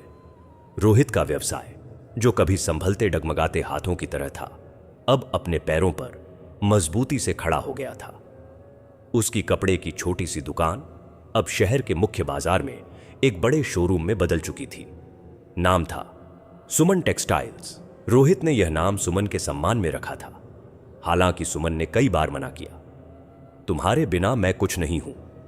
रोहित ने एक दिन कहा था, तुम्हारे व्रत ने मुझे यहां पहुंचाया है। व्यापार इतना फल फूल रहा था कि रोहित को अब 3 लोगों को काम पर रखना पड़ा था। सुबह दुकान खुलती और ग्राहकों की भीड़ लग जाती। लोग कहते, रोहित भाई के यहां जो कपड़ा मिलता है वैसा और कहीं नहीं। रोहित जानता था यह सिर्फ कपड़ा नहीं, सुमन की आस्था का आशीर्वाद था जो बिक रहा था। एक दिन उसने सुमन से कहा, आज मुझे एक बड़ा ऑर्डर मिला है, 100 गज का रेशम। सोच रहा हूं तुमसे पूछ लूं, तुम्हारी राय क्या है? सुमन हंसी, मैं व्यापार क्या जानूं, तुम जानते हो। रोहित ने कहा, व्यापार तो मैं जानता हूं, पर लक्ष्मी को तुम जानती हो। अगर तुम्हारी मर्जी हो तो ही लूं ऑर्डर। सुमन ने उस दिन विशेष पूजा की और हां कर दी। वह ऑर्डर इतना सफल रहा कि अगले महीने उसी ग्राहक ने 2 गुना ऑर्डर दे दिया। रोहित के खातों में अब पहले से कहीं अधिक पैसा आने लगा था। घर में बच्चे खुश थे। आयुष, जो अब 7 साल का हो गया था, ने अपनी पहली कक्षा में पूरे स्कूल में दूसरा स्थान पाया था। सुमन को जब रिपोर्ट कार्ड मिला तो उसकी आंखों में आंसू आ गए। उसने आयुष को गले लगा लिया और कहा, बेटा, तूने मेरा नाम रोशन कर दिया। आयुष ने कहा, मां, यह सब तुम्हारी पूजा का फल है। तुम रोज मेरे लिए प्रार्थना करती हो ना। आराध्या, जो अब 4 साल की थी, हर सुबह मां के पास आकर बैठ जाती। जब सुमन पूजा करती, आराध्या उसके पास बैठकर अपनी छोटी सी आवाज में एयू एम श्रींज गुनगुनाती। एक दिन उसने कहा, मां, जब मैं बड़ी हो जाऊंगी तो मैं भी तुम्हारी तरह व्रत रखूंगी। सुमन ने उसके गाल सहलाते हुए कहा, बेटा, व्रत केवल भूखे रहने का नाम नहीं है, यह अच्छे विचार रखने का नाम है। तू बस अच्छा सोचना, बाकी सब अपने आप हो जाएगा। सुमन के ससुर अब बहुत खुश रहते थे। पहले जहां वह चिंतित रहते थे कि बेटे का व्यवसाय कैसे चलेगा, अब वह शाम को पार्क में बैठकर दोस्तों से कहते, मेरे बेटे की दुकान शहर की सबसे अच्छी दुकान है, और सबसे बड़ी बात, मेरी बहू ने इस घर को स्वर्ग बना दिया है। सासू मां अब सुमन की सबसे बड़ी समर्थक थीं। पहले जहां वह सुमन के व्रत को नौसिखियों का उपद्रव कहती थीं, अब वह खुद हर शुक्रवार को सुमन के साथ बैठकर पूजा करती। वह कहती, बेटा, तूने मुझे सिखा दिया कि सच्ची श्रद्धा क्या होती है। एक दिन सुमन के पीहर से उसकी मां आई। वह सुमन का घर देखकर दंग रह गई। उसने कहा, बेटा, यह घर तो मंदिर जैसा लगता है। हर कोने में शांति है, हर कमरे में सुख है। सुमन ने मां के पैर छुए और कहा, मां, यह सब तुम्हारे दिए आशीर्वाद का फल है और मेरे व्रत का। उस रात सुमन ने अपने कमरे की खिड़की से बाहर देखा। चांद साफ दिख रहा था। नीचे आंगन में आयुष और आराध्या खेल रहे थे। रोहित दुकान का हिसाब लगा रहा था। सास ससुर अपने कमरे में हंस रहे थे। घर में हर तरफ संतोष था, हर तरफ समृद्धि थी। सुमन ने मन ही मन लक्ष्मी को प्रणाम किया और कहा, मां, मैंने तुमसे कभी कुछ नहीं मांगा, लेकिन आज जो कुछ है उसके लिए हजारों बार धन्यवाद। मेरा पति अपने व्यवसाय में सफल है, मेरे बच्चे खुश हैं, मेरा घर स्वर्ग है। इससे अधिक मैं क्या मांग सकती हूं। और उसने फिर से व्रत का संकल्प लिया, पहले से भी अधिक श्रद्धा के साथ, क्योंकि अब वह जान चुकी थी, जब स्त्री सच्चे मन से पूजा करती है तो उसके घर में न केवल लक्ष्मी आती हैं, बल्कि सरस्वती और दुर्गा भी आती हैं। सरस्वती बच्चों को बुद्धि देती है और दुर्गा पति को साहस, और यही तो है परिवार की सच्ची समृद्धि। रोहित का व्यवसाय दिन प्रतिदिन बढ़ रहा था। उसकी दुकान पर अब पहले से कहीं अधिक भीड़ होती। खाते में पैसा आ रहा था, नाम हो रहा था, और इसी बीच उसकी मुलाकात रमेश से हुई। रमेश शहर के एक बड़े क्लब में मिला। वह हमेशा सिल्क शर्ट पहनता, महंगी घड़ी बांधता और अंग्रेजी के ऐसे शब्द बोलता मानो जन्म से ही लंदन में रहता हो। उसने रोहित से हाथ मिलाते हुए कहा, भाई, तुम बहुत मेहनत करते हो, पर कमाई कितनी होती है? असली पैसा तो दिमाग से बनता है, पसीने से नहीं। रोहित को ये बातें पहली बार अजीब लगीं, पर रमेश की बातों में एक जादू था। वह जो कहता, इतने आत्मविश्वास से कहता कि रोहित को अपनी मेहनत पर ही शक होने लगा। रमेश अक्सर रोहित की दुकान आता, फ्री में सलाह देता। एक दिन उसने कहा, तुम कपड़ा बेचते बेचते क्या बनोगे? शेयर बाजार में हाथ लगाओ। एक दिन में इतना कमाओगे जितना एक महीने में नहीं कमाते। रोहित ने सुमन से बात की तो उसने मना किया। सुमन ने कहा, रोहित, जल्दी अमीर बनने के चक्कर में मत पड़ो। हमारे पास जो है वह कम नहीं है। पर रमेश हर रोज नई बातें लाता। एक दिन उसने रोहित को महंगे रेस्तरां में खाना खिलाया, दूसरे दिन उसे नई कार दिखाई, तीसरे दिन उसे जुआ खेलने ले गया। रोहित धीरे धीरे उसके जाल में फंसता चला गया। रमेश ने एक दिन कहा, तेरी पत्नी तुझे कंट्रोल करती है। सच्चे मर्द वो होते हैं जो अपनी मर्जी से चलते हैं, औरतों की बात सुनकर नहीं। यह बात रोहित के दिल में घर कर गई। उसे लगा कि रमेश ही उसका सच्चा दोस्त है जो उसे सच बताता है। वह भूल गया कि रमेश उसकी जेब देख रहा था, उसका घर देख रहा था, उसकी कमाई देख रहा था। एक शाम रोहित देर से घर आया। सुमन ने पूछा, इतनी देर? तो रोहित ने चिढ़कर कहा, अपने दोस्त के साथ था, उसे मेरी फिक्र है, बस तुम्हें मेरी कमाई से मतलब है। सुमन चुप हो गई। वह जानती थी यह रमेश ही है जो उसके घर में जहर घोल रहा है, पर वह कुछ नहीं बोली। उसने बस उस रात लक्ष्मी से प्रार्थना की, मां, रोहित को इस अंधेरे से बाहर निकालो। यह दोस्त दुश्मन बनकर आया है। लेकिन तब तक बहुत देर हो चुकी थी। रोहित रमेश की हर बात मानने लगा था। वह अब अपना स्थिर व्यवसाय छोड़कर अटकलों में पैसा लगाने लगा था। रमेश हर दिन उसे नई योजना बताता, इस बार 100% लाभ है, बस लगा दे पैसा। और रोहित लगाता गया। उसे पता नहीं था कि यह दोस्त उसकी तबाही का कारण बनने वाला था। रमेश अब रोहित की रगों में उतर चुका था। वह हर दूसरे दिन दुकान आता, हर तीसरे दिन रोहित को कहीं बाहर ले जाता। उसकी बातें हमेशा एक ही सुर में होती, मेहनत से कोई अमीर नहीं बनता, दिमाग से बनता है, और असली दिमाग वाला पैसे को काम पर लगाता है, खुद काम नहीं करता। एक दिन रमेश ने रोहित को शेयर बाजार की दुनिया दिखाई। उसने अपने लैपटॉप पर ग्राफ खोले, नीली लाल लकीरें दिखाईं और बोला, देख, 2 घंटे में 5,000 रुपये कमाए मैंने। सुबह लगाए थे, दोपहर तक 2 गुने हो गए। रोहित की आंखें चौड़ी हो गईं। उसने कहा, इतना आसान है? रमेश हंसा, आसान नहीं है भाई, समझदारी है, बस थोड़ा सा दिमाग चाहिए, और हां, थोड़ा सा जोखिम। रमेश ने पहले रोहित को छोटे दांव पर लगाया। 10,000 रुपये दिए रोहित ने। 2 दिन में 12,000 हो गए। रोहित खुश हो गया। उसने सुमन को बताया तो सुमन का चेहरा उतर गया। उसने कहा, रोहित, यह पैसा ऐसे ही आता है तो ऐसे ही चला भी जाता है, यह जोखिम का खेल है। रोहित ने टाल दिया, तुम्हें व्यापार नहीं आता, रमेश बहुत एक्सपर्ट है। अगले हफ्ते रमेश ने उसे जुआ खिलवाया। पहले ताश के कुछ हल्के खेल, फिर पैसे वाले। रोहित ने एक रात में 20,000 जीते। उसका सिर चकराने लगा। उसे लगा मानो पैसा उसके पीछे दौड़ रहा है। रमेश ने कहा, देखा, हम दोनों मिलकर पूरा शहर खरीद लेंगे। धीरे धीरे रोहित ने अपने स्थिर व्यापार पर ध्यान देना छोड़ दिया। दुकान पर बैठने के बजाय वह रमेश के साथ शेयर बाजार के चक्कर लगाता, जुआ खेलता, अटकलों में पैसा लगाता। दुकान का काम ठप होने लगा, ग्राहक कम हो गए, मुनाफा घटने लगा। पर रोहित को इसकी परवाह नहीं थी। उसे तो शेयर बाजार का नशा चढ़ चुका था। उसने अपनी सारी बचत रमेश के बताए शेयरों में लगा दी। रमेश ने कहा था, यह शेयर 2 हफ्ते में तिगुना हो जाएगा, मैंने इनसाइड न्यूज सुन ली है। रोहित ने सब कुछ दांव पर लगा दिया। उसका विवेक, उसकी समझ, उसकी पत्नी की सलाह, सब कुछ।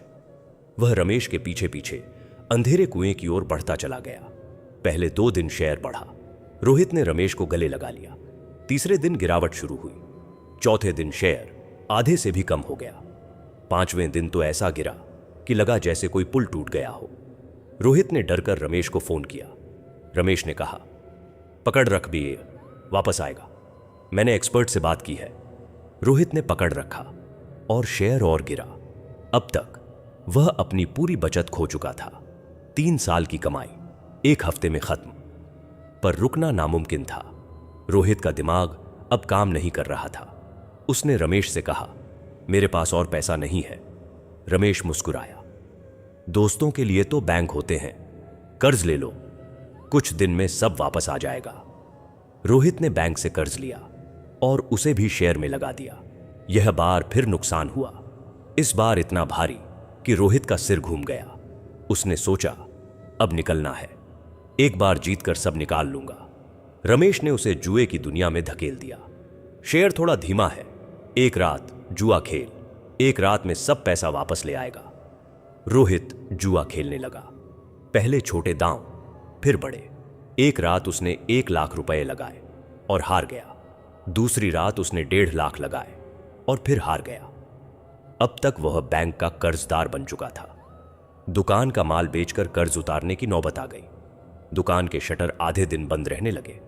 रोहित का मानो सब कुछ लुट चुका था, पैसा, सम्मान, विवेक, और सबसे बड़ी बात, उसने सुमन पर भरोसा करना छोड़ दिया था। जब भी सुमन कुछ कहती वह चिढ़ जाता। रमेश ने उसके कान भर दिए थे। औरतें हमेशा डराती हैं, इनकी बात मत मान। रोहित मानता रहा और जैसे जैसे वह डूबता गया रमेश उससे दूर होता गया। एक दिन रोहित ने रमेश को फोन लगाया तो नंबर बंद था। दफ्तर गया तो वहां ताला लगा था। रमेश एक रात में गायब हो गया था, अपना सारा माल लेकर। तब रोहित को समझ में आया, वह कोई दोस्त नहीं था, वह एक शिकारी था और रोहित उसका शिकार बन चुका था। अब उसके पास कुछ नहीं बचा था, न व्यापार, न बचत, न सम्मान, सिर्फ कर्ज था और एक टूटता घर। रोहित उस रात अपने खाली कमरे में बैठा रोया। उसे सुमन की वह बात याद आई जो उसने महीनों पहले कही थी, रोहित, जल्दी अमीर बनने के चक्कर में मत पड़ो, हमारे पास जो है वह कम नहीं है। बहुत देर हो चुकी थी। उसने सुमन को बुलाया। सुमन आई। उसने रोहित के आंसू देखे, कुछ नहीं बोली, बस उसके बगल में बैठ गई। रोहित ने कहा, सुमन, मैं हार गया, सब कुछ हार गया। सुमन ने कहा, तुम हारे नहीं हो रोहित, तुम भटक गए थे, अब वापस आ जाओ, बस इतना करो, बाकी मैं संभाल लूंगी। रोहित ने उस रात सुमन से वादा किया, अब कभी रमेश जैसे लोगों के पीछे नहीं भागेगा। पर अब के पास कुछ बचा था भी क्या, सिर्फ खाली हाथ और भारी कर्ज। रोहित के पास अब कुछ नहीं बचा था। दुकान बंद हो चुकी थी, बैंक का कर्ज सिर पर था और रमेश जैसा कोई नहीं था जिससे मदद मांगता। कर्जदार रोज दरवाजे पर आकर गालियां देते। रोहित का सिर फटने लगा। एक दिन उसने सुमन से बिना पूछे घर का टीवी बेच दिया। सुमन चुप रही। दूसरे दिन फ्रिज बेचा, तीसरे दिन पंखे। एक हफ्ते में घर का सारा सामान बिक गया। दीवारें खाली हो गईं, कोने सून हो गए। जिस घर में कभी हंसी खुशी थी वहां सन्नाटा पसर गया। महीने भर में हालत ऐसी हो गई कि रसोई में दाल तक नहीं थी। सुमन रोज सब्जी मंडी से फेंकी हुई सब्जियां उठाकर लाती। बच्चे भूखे रहते। आराध्या ने एक दिन पूछा, मां, आज खाने को क्या है? सुमन ने आंसू छुपाते हुए कहा, बेटा, थोड़ी देर में बनाती हूं। रोहित अपनी नाकामी से बौखलाया हुआ था। वह सारा गुस्सा सुमन पर उतारने लगा। तुम्हारे व्रत ने मेरा घर बर्बाद कर दिया। वह चिल्लाता, तुम तो लक्ष्मी थीं, दरिद्रता लेकर आई। सुमन ने कुछ नहीं कहा। वह जानती थी यह गुस्सा नहीं, दर्द है। उसने चुप रहना ही बेहतर समझा। एक रात रोहित शराब पीकर घर आया। वह लड़खड़ा रहा था। उसने सुमन को खाना न बनाने पर गालियां देनी शुरू कर दी। सुमन ने कहा, रोहित, रसोई में कुछ है ही नहीं। रोहित को जैसे खून चढ़ गया। उसने उठाकर सुमन के गाल पर थप्पड़ मारा, जोरदार थप्पड़। सुमन लड़खड़ाकर दीवार से जा लगी। उसके होंठ फट गए, खून निकल आया। आराध्या जाग गई और चीखने लगी। आयुष दौड़कर मां के पास आया और रोने लगा। सुमन ने बच्चों को अपनी बाहों में भर लिया। उसकी आंखों से आंसू बह रहे थे पर मुंह से एक शब्द नहीं निकला। उसने रोहित की तरफ देखा। उस आदमी में वह रोहित नहीं था जिससे उसने शादी की थी। वह कोई और था, शराबी, टूटा हुआ, पशु बना हुआ। रोहित कमरे में लुढ़क गया और सो गया। सुमन ने पूरी रात बच्चों को गोद में लिए उसी फर्श पर बिताई। उसने मन ही मन लक्ष्मी से प्रार्थना की, मां, अब मेरा घर नहीं बचा, न सामान, न पैसा, न प्यार। अब तुम्हारे सिवा कौन है? सुबह हुई। रोहित की आंख खुली तो उसे कुछ याद नहीं था। सुमन ने अपना सूजा हुआ चेहरा छुपा लिया। उसने फिर से चूल्हा जलाया। हालांकि चूल्हे में लकड़ी थी, रसोई में दाल नहीं थी। उसने सिर्फ पानी गर्म किया और बच्चों को गर्म पानी पिलाया। वह दिन काला था, पर उस रात सुमन ने जो प्रार्थना की वह सुनने के लिए कोई देवी स्वयं आने वाली थी। घर में सब कुछ लुट चुका था। सामान बिक गया, कर्ज बढ़ गया। रोहित दिन ब दिन हाथ उठाने लगा, पर सुमन के कमरे के एक कोने में आज भी वह छोटा सा दीपक जलता था, बिल्कुल वैसे ही जैसे पहले दिन जला था। हां, अब पूजा में कुछ नहीं बचा था, न फूल, न रोली, न चावल। सिर्फ एक दीपक था और अगरबत्ती के 2 बचे टुकड़े। सुमन हर शुक्रवार उन्हीं से पूजा करती। उसका चेहरा सूजा होता, होंठ फटे होते, पर आंखों में वही चमक थी। एक दिन उसकी ननद ने फोन करके पूछा, भाभी अब भी व्रत करती हो? सुमन ने कहा, बेटी, व्रत का मतलब भूखा रहना नहीं, विश्वास में रहना है। मैंने व्रत नहीं छोड़ा। ननद चुप हो गई। एक शुक्रवार की संध्या थी। सुमन ने खाली थाली रखी, उस पर दीपक जलाया और बिना किसी मंत्र के बस नमन किया। अगरबत्ती जलाई। उसकी धुंधली सी लौ उठ रही थी। सुमन की आंखों से आंसू बह रहे थे।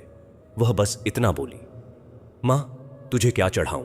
कुछ नहीं है पास, बस यह खाली थाली है और भरा हुआ दिल है। तभी दरवाजे पर एक खड़खड़ाहट हुई। सुमन ने देखा, एक वृद्ध महिला खड़ी थी। सफेद साड़ी, माथे पर बड़ा सा सिंदूर और आंखों में अजीब सी चमक।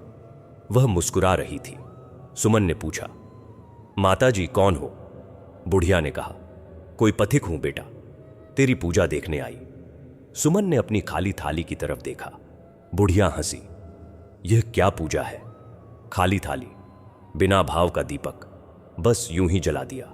सुमन, तू विधि तो निभा रही है, पर भाव कहां है? सुमन चौंकी। माता, मैं तो रोज भाव से करती हूं, बुढ़िया ने उसके पास आकर कहा। भाव का मतलब रोना नहीं बेटा, भाव का मतलब है यह विश्वास कि लक्ष्मी तेरे घर में पहले से है। तू उसे रोज नए सिरे से नहीं बुलाती, तू बस उसका स्वागत करती है, समझी? सुमन को कुछ समझ में आया, कुछ नहीं। बुढ़िया ने कहा, बैठ, मैं तुझे असली वैभव लक्ष्मी व्रत सिखाती हूं। वह सुमन के बगल में बैठ गई। बोली, पहली बात, व्रत में तू भूखी नहीं रहेगी। लक्ष्मी को भूखी रखने वाला घर में कभी नहीं टिकती। तू फल खा लेना, दूध पी लेना। दूसरी बात, पूजा में तुझे चाहिए सकारात्मक भाव। रोने से कर्ज नहीं उतरता, विश्वास से उतरता है। तीसरी बात, यह यंत्र ले। बुढ़िया ने अपनी झोली से एक छोटा सा पीतल का लक्ष्मी यंत्र निकाला। उस पर 8 भुजाएं बनी थीं, बीच में श्री लिखा था। इसे अपनी थाली में रख, रोज इसके सामने दीपक जला। और हां, एक काम कर, रोज सुबह उठकर कह, मेरे घर लक्ष्मी है। यही सबसे बड़ा मंत्र है। सुमन ने यंत्र लिया। उसे लगा मानो उसकी खाली थाली में कोई आ गया हो। बुढ़िया उठी और चलने लगी। सुमन ने पूछा, माता, तुम कौन हो? बुढ़िया मुस्कुराई, कोई नहीं, बस वह जो उन लोगों के दरवाजे दस्तक देती है जो हार मान चुके होते हैं। और वह चली गई। उसकी चप्पलों की आवाज गली में गूंजती रही। सुमन ने यंत्र को अपनी थाली में रखा, दीपक जलाया और पहली बार रोई नहीं, मुस्कुराई। उसने कहा, मां, आज से मैं रोने नहीं दूंगी, मैं संकल्प से पूजा करूंगी। और उसने व्रत का वह संकल्प लिया जिसने सब कुछ बदल देना था। उस रात सुमन को नींद नहीं आई। वृद्धा की बातें उसके मन में गूंज रही थीं। विधि नहीं, भाव चाहिए। सुमन ने सुबह होने से पहले ही संकल्प ले लिया। सुबह उठकर उसने पहली बार दर्पण में देखकर कहा, मेरे घर लक्ष्मी है। उसे खुद पर हंसी आई, पर बोली। एक बार और कहा, फिर एक बार, और तीसरी बार सच में लगा जैसे घर में कोई रोशनी आ गई हो। उसने वैसा ही किया जैसा बुढ़िया ने सिखाया था। सबसे पहले वह मंदिर गई। हां, अब उसके पास मंदिर नहीं था, बस कमरे का एक कोना था।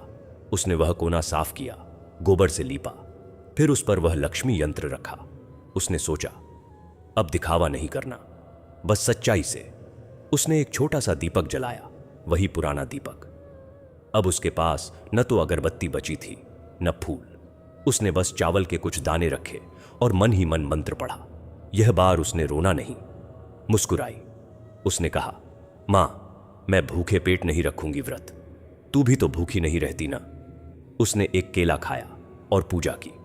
उस दिन उसने संकल्प लिया, मैं यह व्रत श्रद्धा से करूंगी, बिना शिकायत के, बिना किसी उम्मीद के, बस अपने कर्तव्य से।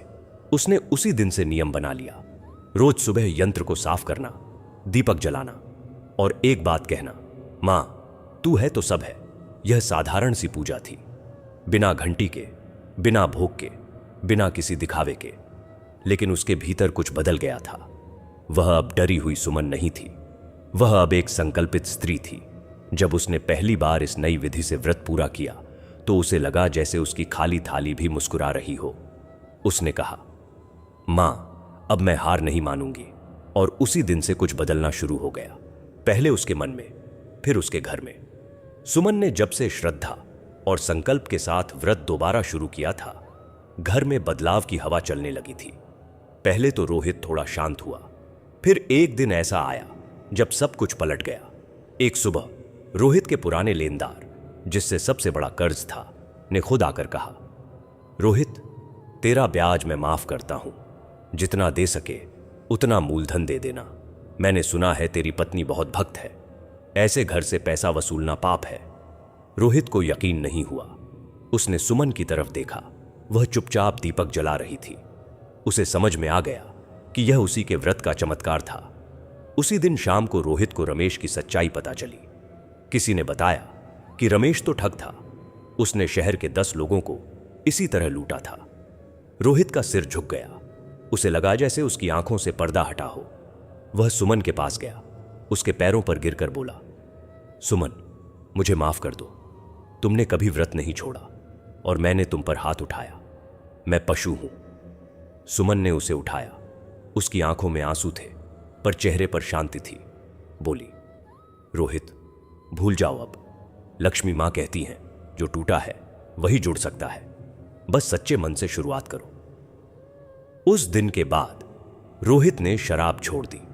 उसने दोबारा एक छोटी सी दुकान खोली, पहले से भी छोटी, पर इस बार वह ईमानदारी से काम करने लगा। सुमन की पूजा और उसके संकल्प ने घर में फिर से लक्ष्मी को बुला लिया। धीरे धीरे घर वैसा ही हो गया जैसा पहले था, पहले से भी अधिक सुंदर। रोहित का व्यवसाय फिर से फलने लगा, बच्चे खुश थे, रसोई में अन्न था, आंगन में हंसी थी और दिलों में शांति थी। जिस दिन व्रत का उद्यापन था, सुमन ने पूरे विधि विधान से भव्य पूजा की, 16 श्रृंगार किए, गरीबों को भोजन कराया और पूरे घर में मिठाई बांटी। उसने सबसे पहले प्रसाद उस वृद्धा के लिए रखा जिसने उसे सही राह दिखाई थी, और फिर वह उसे ढूंढने निकल पड़ी। गली गली भटकी पर वह नहीं मिली। अंत में एक बूढ़े मंदिर के पुजारी ने कहा, बेटा जिसे तू ढूंढ रही है वह कोई साधारण स्त्री नहीं थी। उसके माथे पर सिंदूर था, आंखों में चमक थी और उसने तुझे लक्ष्मी यंत्र दिया था। वह स्वयं मां लक्ष्मी थी, तेरी आस्था की परीक्षा लेने आई थी। सुमन के पैर जमीन पर नहीं टिके, वह मंदिर में गिरकर रो पड़ी। इस बार सुख के आंसू थे। उसने कहा, मां तूने मुझे अकेला नहीं छोड़ा, तू खुद आई। शिक्षा, सीख। इस कहानी से हमें यह सीख मिलती है, सच्ची आस्था कभी व्यर्थ नहीं जाती। चाहे घर में कुछ न हो, केवल विश्वास ही पर्याप्त है। बुरी संगत से बचना चाहिए, एक गलत दोस्त पूरा घर बर्बाद कर सकता है। विधि से अधिक महत्वपूर्ण भाव है, खाली थाली में भी अगर सच्चा मन हो तो लक्ष्मी स्वयं आती है। नारी की आस्था घर की लक्ष्मी होती है। जहां स्त्री सच्चे मन से पूजा करती है वहां कभी दरिद्रता नहीं टिकती। गलती सुधारने में कभी देर नहीं होती। रोहित ने माफी मांगी और नए सिरे से शुरुआत की। जो टूटा है वही जुड़ सकता है, बस श्रद्धा और संकल्प चाहिए। और सबसे बड़ी सीख, लक्ष्मी केवल सोने चांदी में नहीं, सच्चे मन के दीपक में वास करती हैं। जिस घर में विश्वास जलता है वहां समृद्धि कभी बुझती नहीं। AUM श्री महालक्ष्मी।